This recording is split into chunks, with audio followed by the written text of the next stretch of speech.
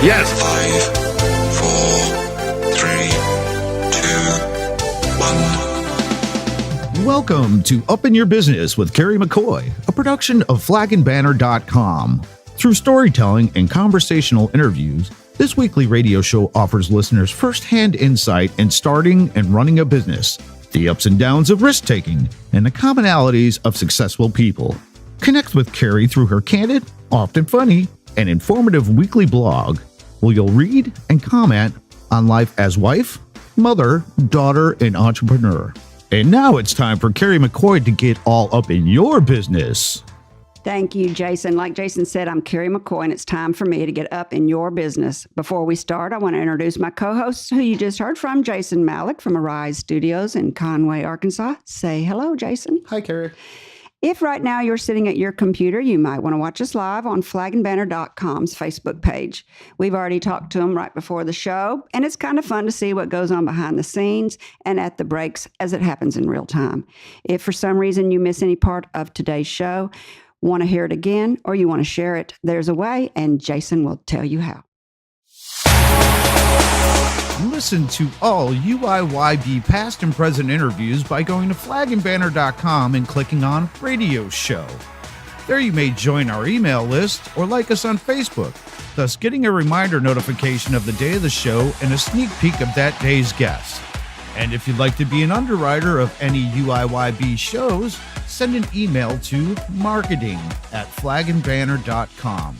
That's marketing@flagandbanner.com. Back to you, Kerry. If you're tuning in to this broadcast for the first time, welcome. And if you're a returning fan, you probably know this next part by heart. But at the risk of being boring, we must repeat ourselves for our newcomers. And besides that, it gives my guest a chance to settle into their seat. Not that he needs to. He looks pretty relaxed about being on the radio. This show, Up in Your Business with Kerry McCoy, began as a platform for me, a small business owner, and a guest to pay forward our experiential knowledge in a conversational way. Originally, my team and I thought it would speak to entrepreneurs and wannabe entrepreneurs, but it seems to have a wider audience appeal because, after all, who isn't inspired by everyday people's American-made stories? To see people in their totality is humanizing. We all thirst to connect and make sense of an overcomplicated world, and on this show, we have the luxury of time to go deeper than a mere soundbite or headline. And my favorite part, we always learn something. It's no secret that successful people work hard, but other common traits found in many of my guests are the heart of a teacher, belief in a higher power, and creativity, because business in of itself is creative. My guest today, the legendary Mr. Ray Rodgers, is an entrepreneur, boxer, coach, world's best cutman, 3-time Hall of Fame recipient, and tireless community leader, having been an administrator and official for both National Golden Gloves and Silver Gloves competition. You may be asking yourself, what is a cutman? Like I was asking myself that. A bad cut above the eye or on the scalp of a boxer can split open like a ripe tomato, creating a stream of blood and making it almost impossible to see. This calamity can cost the boxer his fight. A cutman is the magic man in the corner, administering trade secrets for healing his athlete. The position is so important to the boxer's success that Mr. Rodgers has been flown all over the world to aid and assist during competitions. You may remember him as the cutman for Little Rock's boxer Jermaine Taylor during his run toward a light heavyweight championship. Today, Mr. Rodgers is continuing his passion for both boxing and helping young men. He's not interested in creating professional boxers. He's more interested in creating men of character and doing that through the discipline of boxing. Oh, and did I mention he's funny?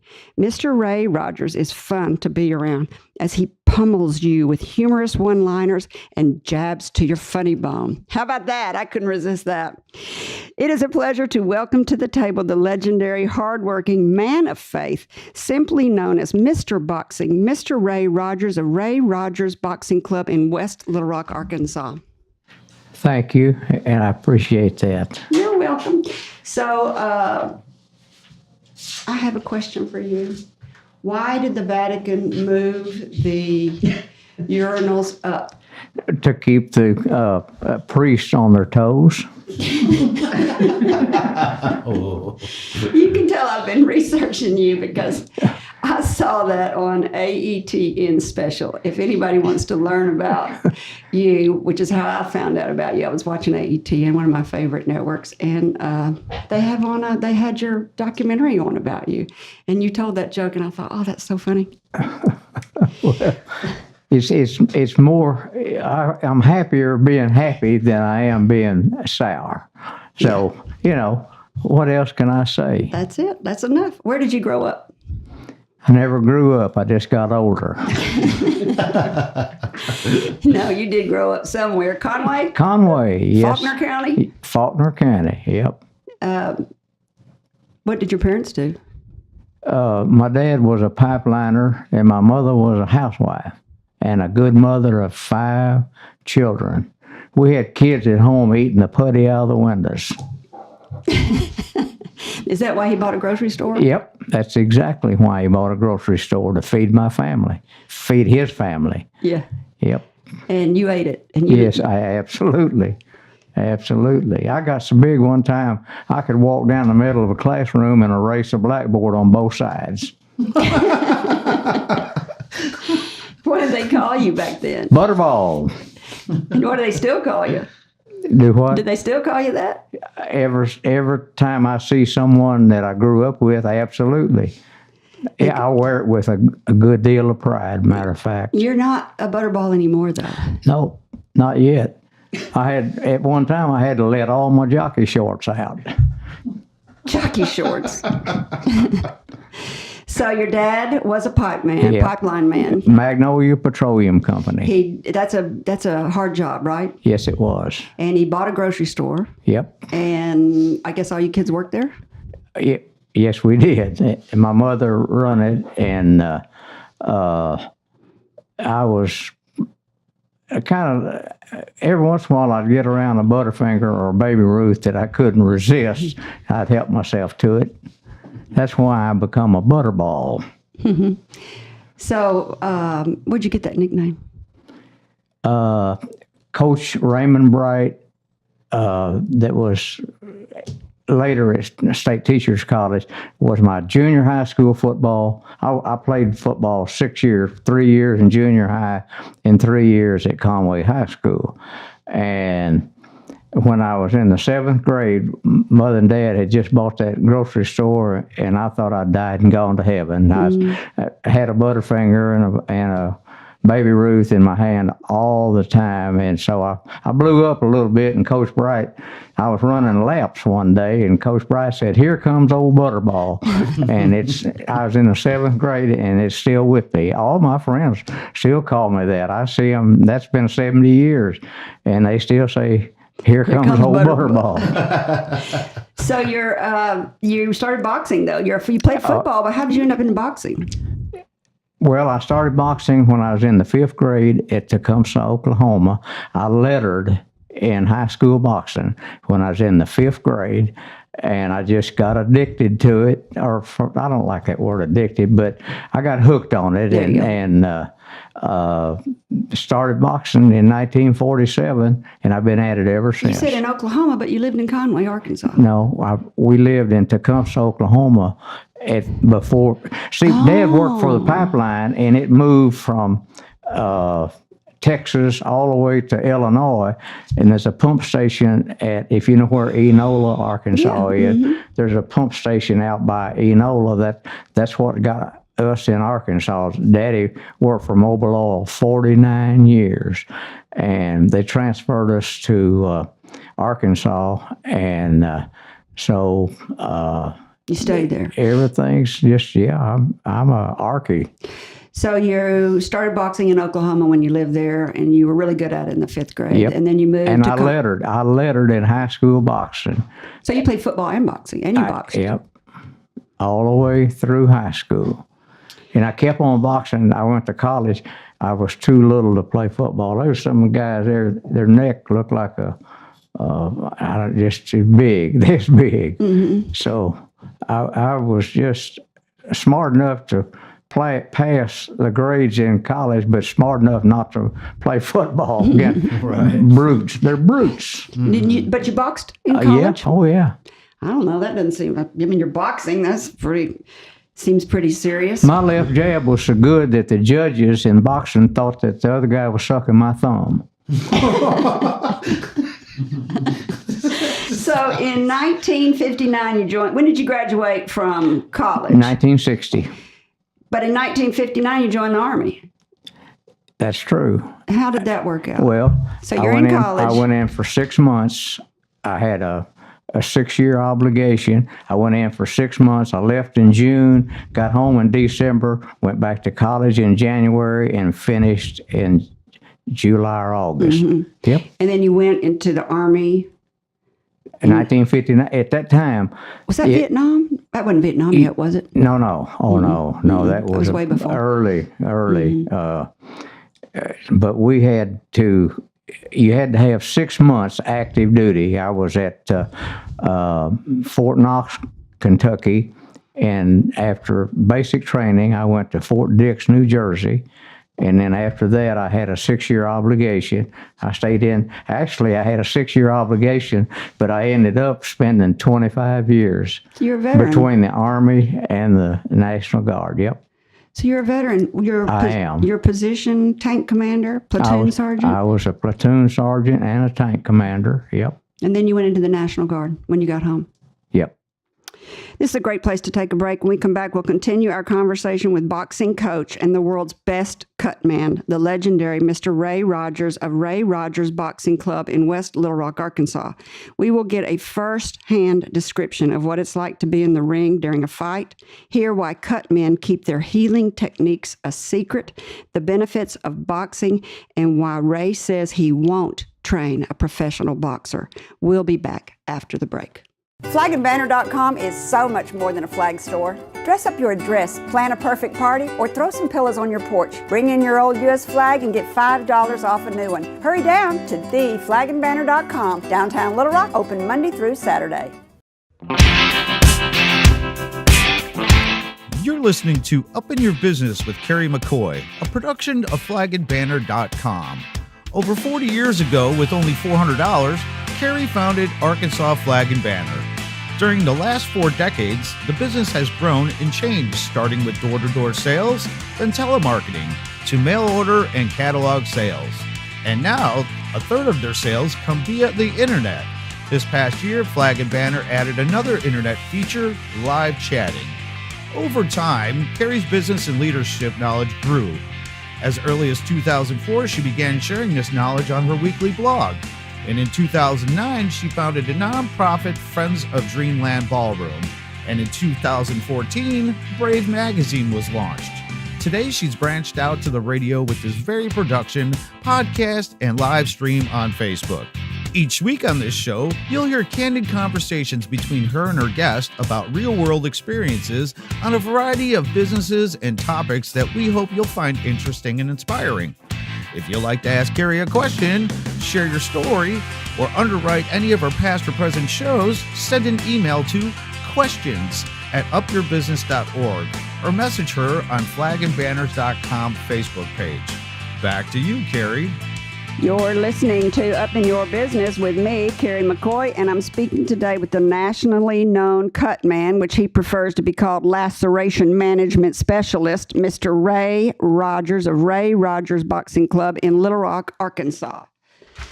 Before the break, we talked about what his family did and how he got fat when his daddy bought a grocery store and he ate Butterfingers and Baby Ruths all the time, and they called him Butterball, and how he played football, and in the 5th grade lettered in boxing, and then he's a natural, and then he has a jab so good that the what did you say, the judges thought that The other guy was sucking my thumb, my left jab. That's it. Sucking the thumb. Okay, good. So here's kind of the sequence of your life as I can kind of put it together. You coached football. You went into the military. Yep. You got out of the military and became a National Guard for, I don't know, what'd you say, 30 years? I forgot. 25 years. 25 years. 25 And years. somewhere in there you coached football? Is that right? No, I played football in junior high and high school. Oh, so you didn't coach football. So now you're in the National Guard. Are you boxing still? Did you box when you were in the service? No. So you haven't been boxing in since college? personally, as a boxer, I boxed for about a year. I won my last Golden Gloves title after I'd been married about 6 months, and I figured out that marriage and boxing don't go together. Why not? Especially when you're newlywed. Why not? Especially when she's tougher than you. True, very true. Why not? Now, you don't train as hard. You got your mind on something else. Oh, I see. That's So, the Golden Glove, you won a championship there and decided you're done with that because you're going to focus on your marriage. You're in the National Guard now? No, I spent 25 years and retired as a platoon sergeant. Oh, you were actually in for 25 years. I thought that included your National Guard service. So I retired as a platoon leader, and a E7, which is pretty good retirement pay, and so I'm enjoying it. Yeah. So, when did you decide, and when did you get back into boxing then, and when did you get this title of being the best cutman, a legendary cutman? Well, how did that come about? When you've been in boxing as long as I have, you see I've been all around the world. I've been from Holland to Dusseldorf to Hong Kong, and you learn to pay attention, and you see a guy that's smarter than you are, you try to pick up on what he's doing, and I've got some stuff that'll hold 2 drops of water together. But how did you go from the National Guard to working in the boxing ring? I started boxing, ma'am, in 1947 when I was in the 5th grade. Yeah. And I boxed all the way through college. Okay. And at that time was coaching kids when I was still in college. And then it's just a natural for me to be a boxing coach. Didn't the first time you coached a kid, you were how old, 15? 16. I was 16 when I took my first kids, 3 of them, and they weren't going to let me. I've got a letter to bring, could show you. They weren't going to let me enter those 3 kids, and I said, why not? And they said, well, you're too young to be a coach. I said, well, show me in the rule book where there's an age limit on being a coach. They couldn't, obviously, so they had to let me in. I made 2 of them made it to the finals, and the other one made it almost to the finals. So from then on, at 16, I was a coach. So now you've gone from a coach to a cut man. How did you end up getting in the ring with Well, being a cut man or a laceration management specialist, you learn that through. I had a lot of Johnny Duke, Ace Miller, a lot of the old timers, and they liked me as a youngster, and they kind of took me under their wing, and so I, for want of a better term, apprenticed under some great old cut men, and I know how to handle it. So you were already there because you had maybe a boxer in the ring, and they're teaching you kind of how to work the corner. Yep. I see. Why are the techniques kept a secret? If I if I told everybody what I did, then everybody would want to be a cut man. Well, what's going to happen? There's kind of a dying art, isn't it? Don't you need to share? It is very much so. But so isn't it time to start sharing? Well, I'll take that under advisement. So isn't that kind of true? If you can't stop the bleeding when you're in the ring, your athlete's not going to make it. I've never, ever had a boxer lose on anything I was supposed to control. Knots, contusions, laceration, makes no difference. I've never, ever, you can check it out, ever had a boxer lose on something. When Jermaine got cut in 28 seconds of the first part of the 5th round in our world championship fight with Iran Barkley, he got cut, and They got him back to the ring, and I said, just get out of my way, guys, and I'll take care of this. And from the 5th round through the 12th round, my guy didn't bleed anymore. Go back and find it on. Well, I actually did. I looked at it, and the announcers were saying, "Oh, that's a bad cut." And they never mentioned it again after that. And it shows you coming in there with your swabs and all this stuff. And they said that could take him out of the game or out of the fight. So and it did not. It did it really good. So because you're so good at it, you've traveled all over. I've been to Hong Kong, Dusseldorf, London, Belfast, you name it. I've been there. Tokyo. Yes. Amsterdam. Yep. Is it hard to travel as much as you've traveled? No, not really. It would be hard if I had to pay for it, but they pay for it. From womb to tomb. Wound to tomb. So when did you decide that you wanted to start the Ray Rodgers Boxing Club? 1960. How did that come about? Well, it's kind of a second nature to me. You know, this is my 70th year in amateur boxing or in boxing. And I guess maybe I'm a little spoiled. You were training in other gyms? Maybe you were training athletes in other gyms and decided. North Little Rock Boys Club many years ago when Brother Paul Holderfield was over there. But you believe in education over boxing? Absolutely. Why is that? Absolutely. Education is the most important. I drive it home. Any youngster that comes to my gym, he's going to hear about education. I actually have an education center next door to my boxing gym. And if a kid needs tutoring, I give him what tutoring, whether it's everything from sex education on up. Good. You really do believe that. I heard you say that let's see, what was it? You said boxing doesn't make character, it exposes it. That's exactly right. Why is that? When you see a guy that folds like a $2, when they get under pressure and they fold, then you know that they're not the real deal. Mm-hmm. And so you teach them how to, someone else has said that you teach them not how to lose, but how to take a loss. Yep, that's true. A loss is just another step on the chain of being better. Of success. Sure it is. If you can't take a loss, you can't be successful. You will not be successful. And it's you don't teach them to lose, but you teach them to accept a loss. And why do you think boxing does that?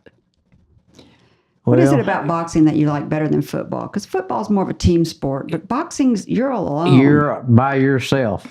You are absolutely by yourself. You can look around, but there's nobody to help you. You better, if you're well trained and well coached, you'll do all right. You are a national Golden Gloves and Silver Gloves competition. You have been the administrator. I was president at one time. I was president of both the National Golden Glove and the National Silver Glove. I'm still president of the National Silver Glove, but not the National Golden Glove. I'm a vice president. What's the difference in those two? Age. Silver Gloves is from age 8 to 15, and Golden Gloves is from 17 on up to infinity. That's a good. Really? That's a good word, isn't it? Infinity? Yeah. So why are those organizations important? They were small when you started. Well, they were very small. Now they're big, aren't they? The thing you've got Babe Ruth baseball for youngsters that hits a certain segment of the youngsters. You have Little League and so on. So boxing's no different. It's just a different sport, but it's still a sport that needs to offer opportunities to every age group.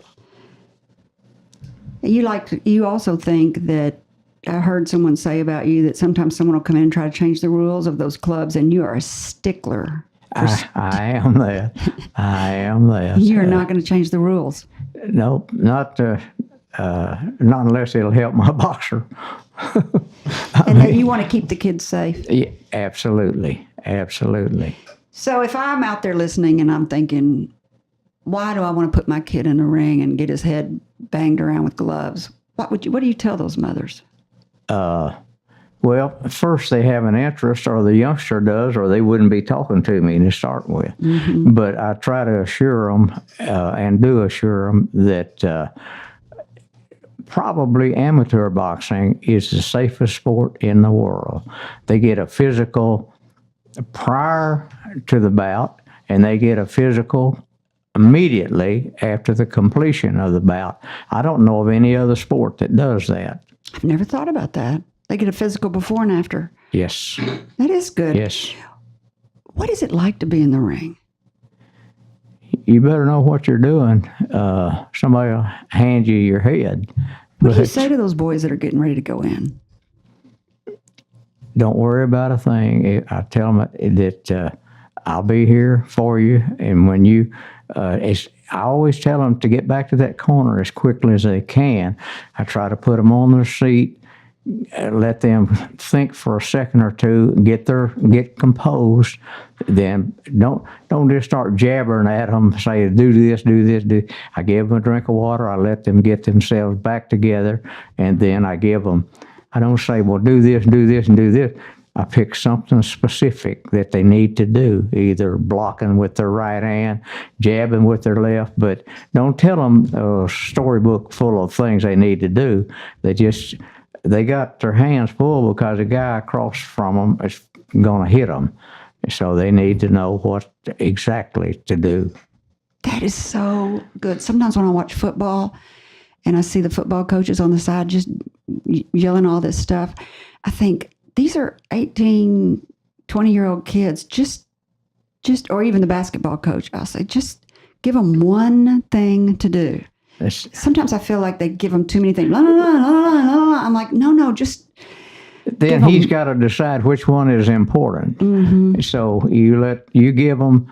If you see that they're not blocking the jab, you show them again. Start bringing your hands up so and block that jab or whatever. Give them some specific thing, but don't say, well, do this and do that and do that.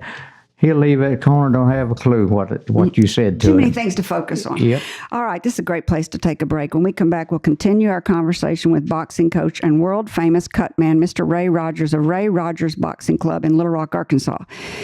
We will get a firsthand description of what it's like to be in the ring during a fight with Jermaine Taylor, the benefits of boxing, which we've already been talking about, and how it's changed. And Ray says he won't train a professional boxer. Let's find out why he says that. We'll be back after the break.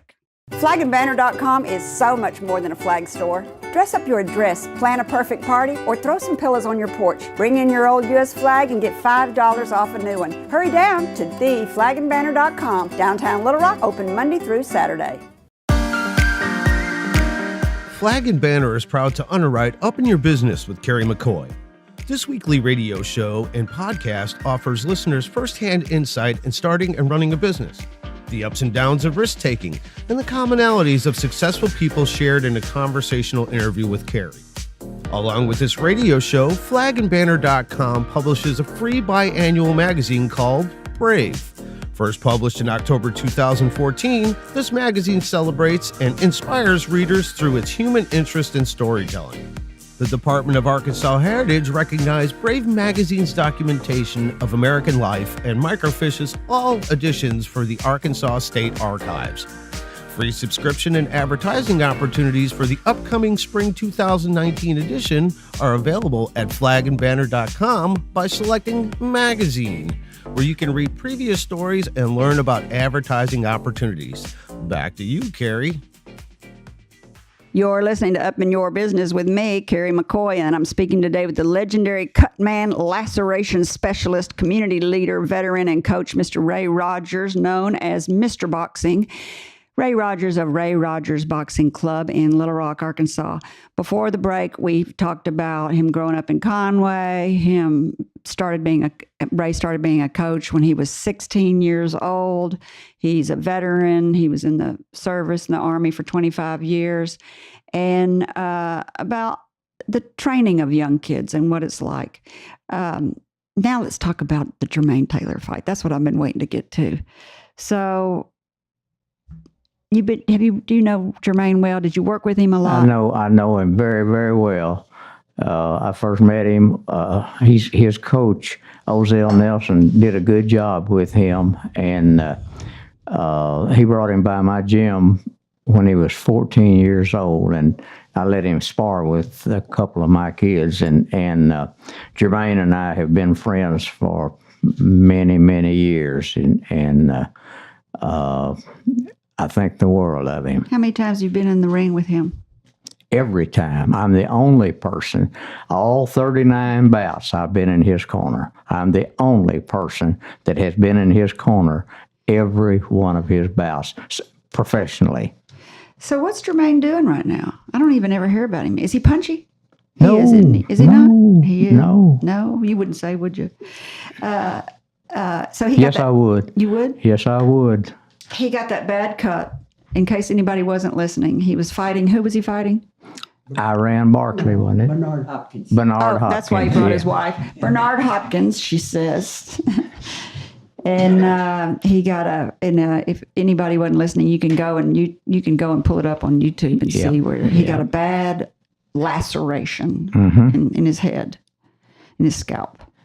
I believe it was over his left eye. I'm almost sure of that. I believe it was too. And he and the announcers were going, "Oh, that's it. That's a bad cut. Won't be able to get that. That may do him in." Roy Jones Jr. said when I played it again when I got home, he said, "Well, I can tell you one thing. That cut will be a big factor in the outcome of this fight." He never mentioned it again. I didn't even bother to see. Did Jermaine win or lose that fight? We won. We won it. 4 belts. 4 belts. Look, his wife's over there telling us. Good for you. We won 4 world championships that night. That night. They were all Iran. What's the other one? Bernard Hopkins owned all of the world middleweight belts. And when we beat him that night, we won every one of them. Oh, I see. So you don't fight 4 different times. You fought one time and won 4 belts. For all the belts, right. I don't understand boxing. So what's it like to be in the ring with him? Is it adrenaline rush? Is it worrisome? Are you nervous? No, you can't. You can't be like that guy that said nervous. Nope. You remember him? No, who was that? You must remember. But what was his name, Mother? Don Knotts. Don Knotts. Yeah. Oh, Don Knotts. Just jumpy. Jumpy as a Mexican shortstop. So you're not nervous. Nope. I don't get excited. I ask the people that in my corner with me, you take care of the drinks and stuff like that. I'll take care of everything else. What's the difference between working in a professional ring with a professional boxer and working with the kids? Oh, well, the kids are there's a lot of money on the line when it's professionals, and the kids, it's just a trophy on the line. And it's just a different atmosphere. Professional boxing, like any other profession, it's all about money. It's all about money. You said that you won't teach a kid If a kid If a comes, kid comes into says, I want to turn pro, I send them down the road. I've coached thousands probably of kids, and I've had a number, maybe half a dozen turn pro. But the minute they tell me they want to turn pro, I send them out. why? Because I don't turn kids pro. I don't train them to be a professional boxer. Why? Because it's a brutal sport. When they get to, there's lack of scruples in professional boxing. I just tell it like it is. Mm-hmm. You don't want to be a part of that? Nope. No, I won't be a part of it. But yet, you don't think it's a brutal sport when it's youth, golden and silver gloves? Nope. You think it's Because we have, the youngsters are all given a physical prior to the bout, and immediately, the minute they walk down the steps at the conclusion of a bout, the doctor re-examines them. We take no chances at all. They're precious commodities. Those youngsters are just precious. Whereas the professionals are just a piece of meat. It's a piece of meat, and it's all for money. They just use them up. Yep, they use them up and discard them mostly. How has the sport changed? You've been doing this for 70 years. Yep. How has the sport changed? This equipment is better than it used to be. The gloves, I've seen them in the dressing room, what they call brake gloves, and they will push the horsehair back here and down so that the knuckles show. Now, that's in the old days. Because you got to remember, I've been around a long, long time. I've seen every trick in the book. Some of them legal, some of them smart, some of them ignorant, and some of them totally repugnant. I've been wanting to use that word for a long time. Well, you're going to have to tell me what it means. No, so they give them a knuckle sandwich? You're saying that the old gloves, they used to peel back the horsehair? What they call break them. And they would push the horsehair back this way and this way so the knuckles would be exposed. If there's any old boxing coaches listening, they'll know exactly what I'm talking about. Well, that seems to be hard on both of you. One of them's going to end up with bloody knuckles, and the other one's going to end up with a bloody face. The other guy probably won't know about your bloody knuckles when you get through with him. So in the old days, they used to wear a mouthpiece. We still do. It's mandatory. But in the old days, they'd come out and they wouldn't let you put them back in. They would not. They would kick it out of the ring, and your second could get it and wash it off and put it back at the end of the round. So you had to box without a mouthpiece in the old days? Yep. So that's equipment improvement. If you dropped it or spit it out, they just kicked it out of the ring, and you got it back at the end of not at the end of the bout, at the end of that round. Well, that's an improvement. Very much so. Because otherwise you lose a lot of teeth. Yep. What else has changed besides the equipment? Oh. Are girls boxing? Girls are now allowed to box, and there's a sizable number of young ladies in Arkansas that box. You training any of them? Nope. Where are they training? I've not had one come to my gym. Do they box with the men, or they box in their own league? No. That's you can't do that. There's a weight, age, and gender requirement. Yeah. They've got to be either a man against a man or a boy against a boy, a girl against a girl, and you have to have a mouthpiece, you have to have a head guard. That's something they only used a head guard in training in the old days. Now then, both opponents have got to have a head guard on. What do you think about cage fighting? Repulsive. Do you watch it? Nope. I cannot watch it. It's not really a sport. It's a couple of animals. Yeah, it's all about money. Mm-hmm. It's all about money.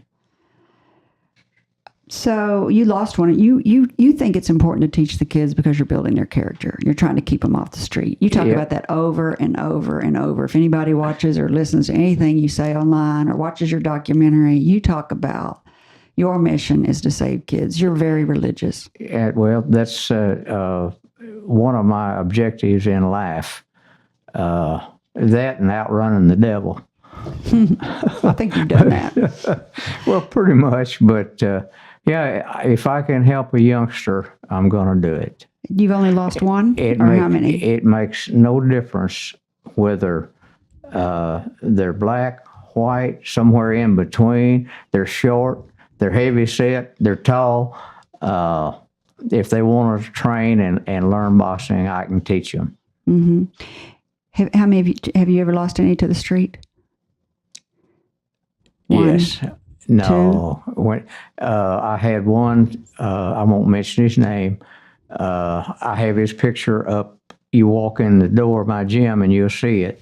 Little old 14-year-old boy and another kid tried to rob a liquor store on 12th Street. And matter of fact, it's right down there.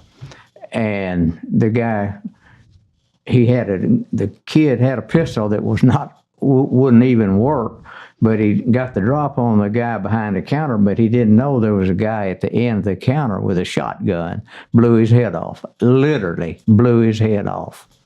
14. He was 14 years old. His mother? In jail, 27 years old and in jail when he got killed. So she had him at 13. 13. That's tough. That's the stuff that you're doing that makes a difference. That makes a lot of difference. It does to me. Yeah, there's a special place for people like you who are doing that. Anybody think how many you saved though? Well, I think a goodly number. Mm-hmm. A goodly number. You said in 2008, in boxing as in life and everything else, desire is half the deal. I'm a great believer in amateur boxing. I think it's one of the greatest sports ever devised. It's a cliche, but it's true. In boxing, you don't have anybody to hand off to or to lateral or pass it off to. You're on your own, brother.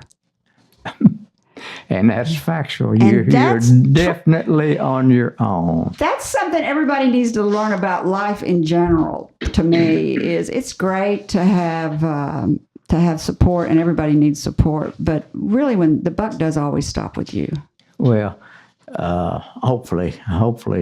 But I also want to mention today that we're having the Mid-South Golden Gloves. Mm. You know, I've been running the Golden Gloves in Arkansas. How long was it? 42 years. 42 years. And Golden Gloves, we got a Golden Glove tournament, which is April the 5th and 6th, and we'll have boxers from champions from Arkansas, Louisiana, Mississippi, and West Tennessee. And that will be at the North Little Rock Community Center on April the 5th and 6th. I may have to come see that. You should. That sounds I think really you'll be interesting. Enlightened. I think I would be. I think I have a wrong idea about what boxing is. I think you'll be enlightened to see how smooth. We have at least one doctor at ringside. He's already examined them. And the minute they come out of that ring, he re-examines them. Mm-hmm. We run a very, very safe program. How many kids will be there? Well, I've got the tournament will have youngsters from Arkansas, Louisiana, Mississippi, and West Tennessee. I think we've got a call coming in. Hold on. All right, flip it on. Hey, you're calling Up in Your Business with Kerry McCoy. Do you have a question for our boxing coach, Ray Rodgers? I actually do. Go ahead. Actually, I want to let you know that this is a very good interview. He's very knowledgeable and entertaining. Thanks. It's a very good interview. You're doing a good job. Great job. Thank you. I'm sitting here with my stepdaughter, and I am a father of several girls, and I'm training two of them for boxing. And one is all mouth, and she basically needs more courage and, more actual courage. And I was wondering, as a professional with several moons under your belt, I was wondering, how could I help encourage her to have more courage? Well, that's something that comes out of the heart and head. there's not really all you can do is continue to encourage them at every step that they make. Congratulate them on if they perfect the left jab or the right hand block or whatever. Always never be critical of a youngster that's learning to box or learning any other sport. The criticism seems to tear their heart out. I know it affects their mind. So always continue to be encouraging to youngsters that you're coaching. That's great advice. Thank you very much. One of them takes it to it. She takes it to it like a fish out of water. She just takes it naturally. The other one, when she gets on she knows all the jabs. She's good at the hooks and uppercuts. She's really good at footwork. But when it comes to a little pressure, she'll just fold up and turn into a bag of glitter. She folds up like a $2 suitcase. Yep, like a $2 suitcase. Yep, that's what she does. So I don't know what to do about it. Well, just keep encouraging her and never ridicule her, never deride her. Just be patient, Coach. That's all you can do. Be patient, and eventually she may get it, and maybe she doesn't have the heart of a warrior. She may have a good heart, but not have a heart of a warrior, and so you're spending a lot of good time. Yeah, so she's very, very nice. She's like super nice, and she won't like hurt us flies. So you got to really get her mad to do something. Oh, I hear her in the background. Well, I think that's good advice. She may have a good heart, but it may not be the heart of a warrior. Thank you. Well, I just want to say thank you. That's a very entertaining interview, and I like this one. Thank you very much. Thanks for calling. You're welcome. So the one last quote that I have that you said is the last quote is you said the only discipline that lasts is self-discipline.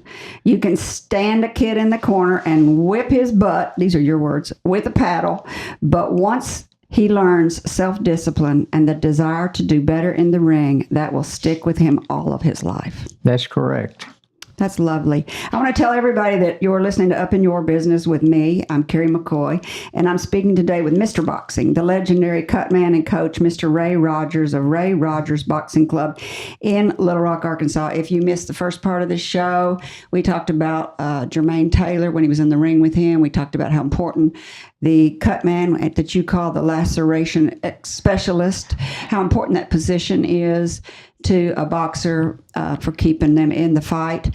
And we talked about just the discipline and the importance of boxing to a lot of young people out there and how important it is. And that Ray doesn't believe in professional boxing, which is really weird for a boxing coach, but that's what he says. I want to remind everybody that if they want to see some real good boxing, April the 5th and 6th at the North Little Rock Community Center, we've got the Mid-South Golden Gloves. It's Arkansas, Louisiana, Mississippi, and Tennessee. And Golden Gloves is 15 and up?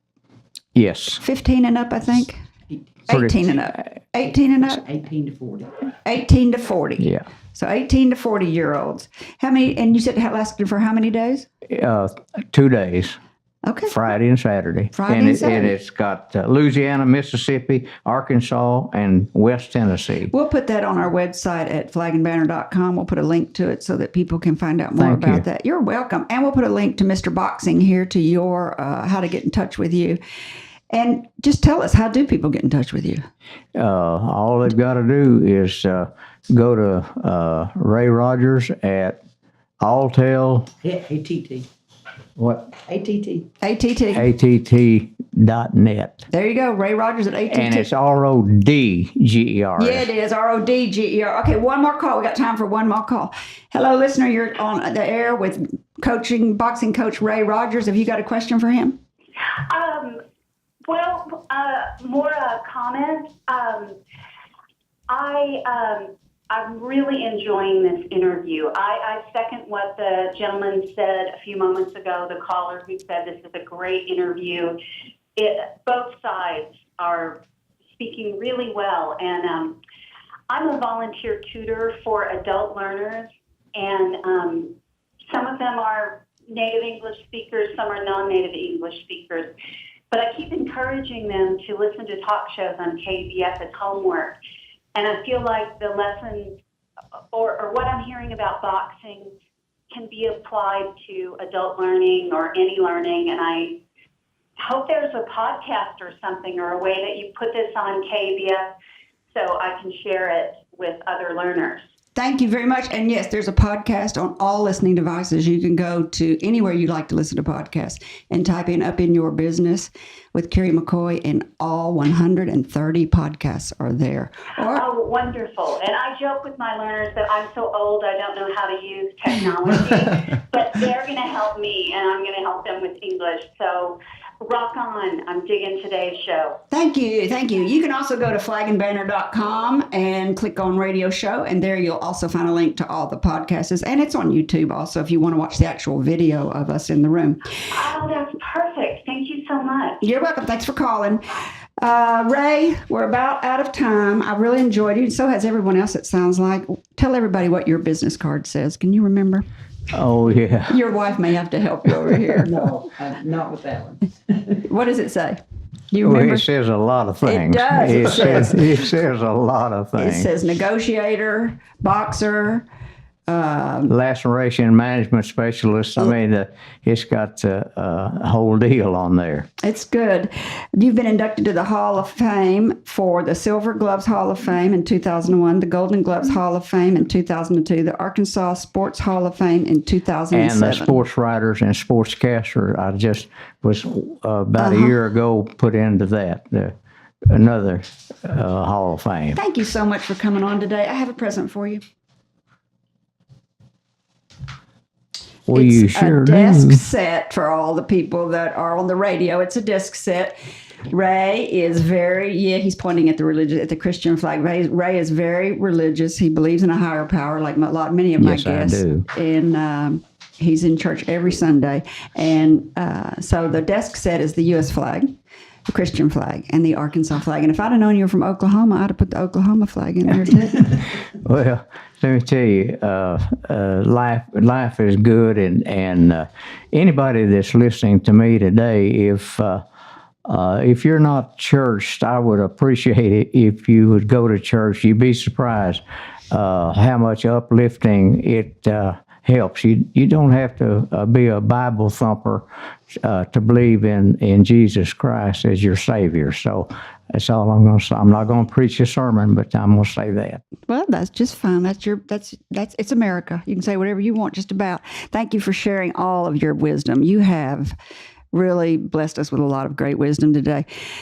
Jason, who's our guest next week? Looks like Dr. Henry Roca.